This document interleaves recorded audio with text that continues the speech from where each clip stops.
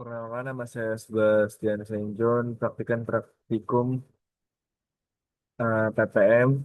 Nah, pada kali ini saya akan membuat tugas video mingguan. Jadi shift satu yang pertama itu ada soal sebuah perusahaan manufaktur memproduksi botol plastik minuman. Untuk menjaga kualitas, perusahaan melakukan inspeksi harian terhadap produk yang dihasilkan. Setiap hari, diambil sampel dari hasil produksi dan diperiksa apakah ada botol yang cacat. Misalnya bocor, bentuk tidak sempurna, atau bentuk tidak rapat. Berikut merupakan data hasil inspeksi selama 10 hari. Manajer kualitas ingin mengetahui apakah proses produksi botol plastik tersebut masih berada dalam kendali statistik ataukah terdapat indikasi penyimpangan.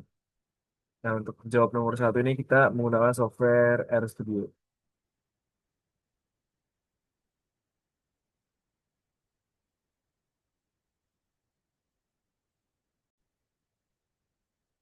Nah, untuk software RStudio pertama tuh kita ke file, terus pilih new project, nanti muncul existing directory. Nanti kalian pilih aja. Kemudian pilih folder yang berisi file Excel kalian. Nah, pertama-tama itu kita harus menginstal package terlebih dahulu dengan sintaks sebagai berikut: install with package, read XL, install with package, QCC, library, read XL, library, QCC. Nah, kemudian di sini kita menginput data Excel kita, yaitu sebagai berikut: soal 1, 085 NIM akhir, kemudian read XL SX, kemudian nama file Excel kita. Nah, kemudian untuk nomor satu, pertama-tama itu kita membuat sintaks membuat kotak kendali P, yang dimana sintaksnya sebagai berikut: TCP sama dengan QVC, soal satu, jumlah cacat, size, soal satu, kemudian jumlah sampel, type, kemudian ada title sebagai judul, kemudian Xlab itu sebagai sumbu X-nya, dan YLab sebagai sumbu Y-nya. Add stats menggunakan false, kemudian menampilkan data outlier, CCP, violation, kemudian melihat ringkasan peta kendali, summary CCP. Nah, kalau sudah menguasai stats semua itu, bisa langsung kita run. Kemudian ntar akan muncul peta kendali seperti ini. Dan dapatkan juga hasilnya, yaitu CL-nya itu sendiri itu 0,06 dan LCL-nya itu 1,0,01 dan UCL itu 0,12. Yang dimana seluruh titik pengamatan itu masih berada di batas atas dan batas bawahnya. Yang dimana itu masih berada dalam rentang kendali statistik. Jadi proses produksi itu masih kita anggap stabil dan tidak perlu tidak perlu apa ada yang tindakan yang lebih lanjut. Kemudian nomor dua, sebuah pabrik suku cadang otomotif memproduksi komponen kecil dalam batch untuk pengendalian kualitas. Tiap hari diambil satu sampel tetap 200 unit dari lini produksi dan dihitung jumlah yang dicacat, misalnya dimensi tidak sesuai, tetap finishing buruk. Berikut merupakan data 20 hari pengamatan yang diambil. Manajer ingin memantau jumlah cacat per sampel agar proses tetap stabil.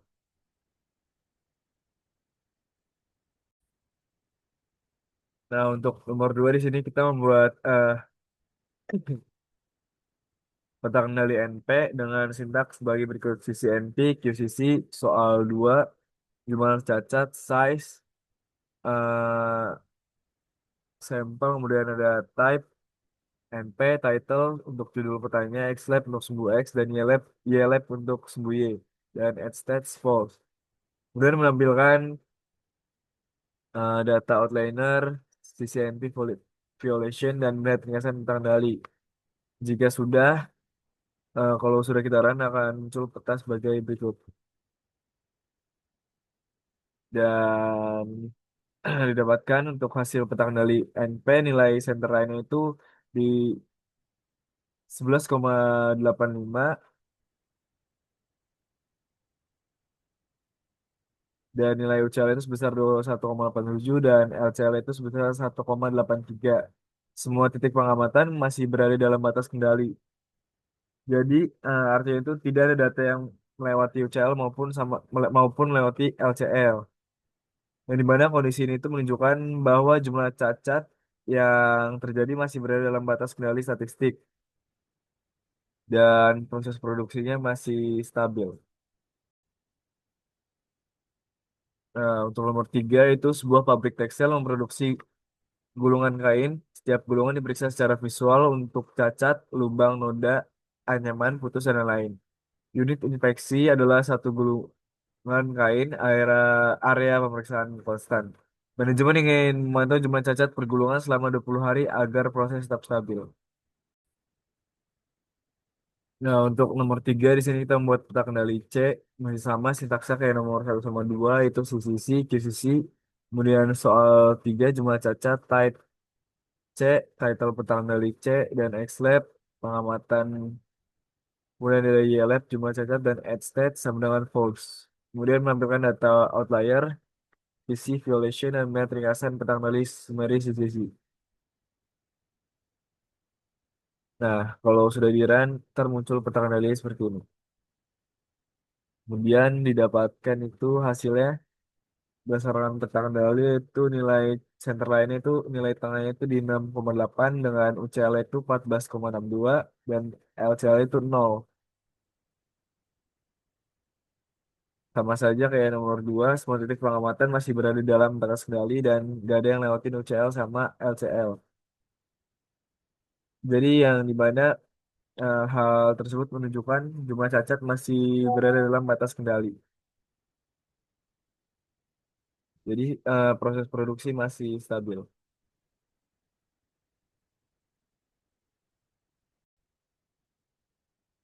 Untuk nomor 4 yaitu sebuah pabrik percetakan kemasan memproduksi lembaran karton untuk kotak kain. Setiap hari tim kontrol kualitas memeriksa beberapa gulungan karton. Area pemeriksaan per gulungan berbeda-beda. Misalnya beberapa gulungan lebih panjang sehingga jumlah unit yang diperiksa, misalnya meter atau lembar, tidak tiap hari tidak sama. Yang diamati adalah jumlah cacat cetak seperti bleeding, smudge, misalignment per unit area. Manajemen ingin memantau tingkat cacat per unit agar proses tetap stabil.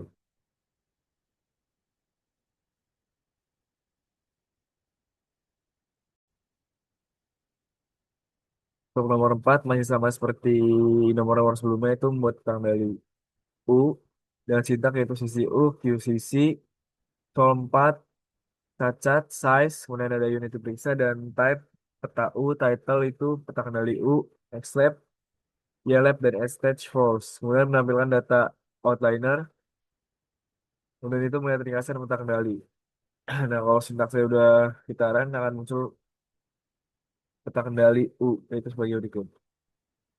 Yang dimana didapatkan hasilnya itu untuk center line itu 0,0897 dengan LCL itu 0,007 dan UCL itu 0,17. Sama aja kayak nomor sebelumnya itu semua titik pengamatan masih berada dalam rentang LCL dan UCL. Sehingga tidak ada indikasi yang menyimpang. Yang dimana bisa kita nilai bahwa proporsi cacat pada produk masih bisa terkendali secara statistik.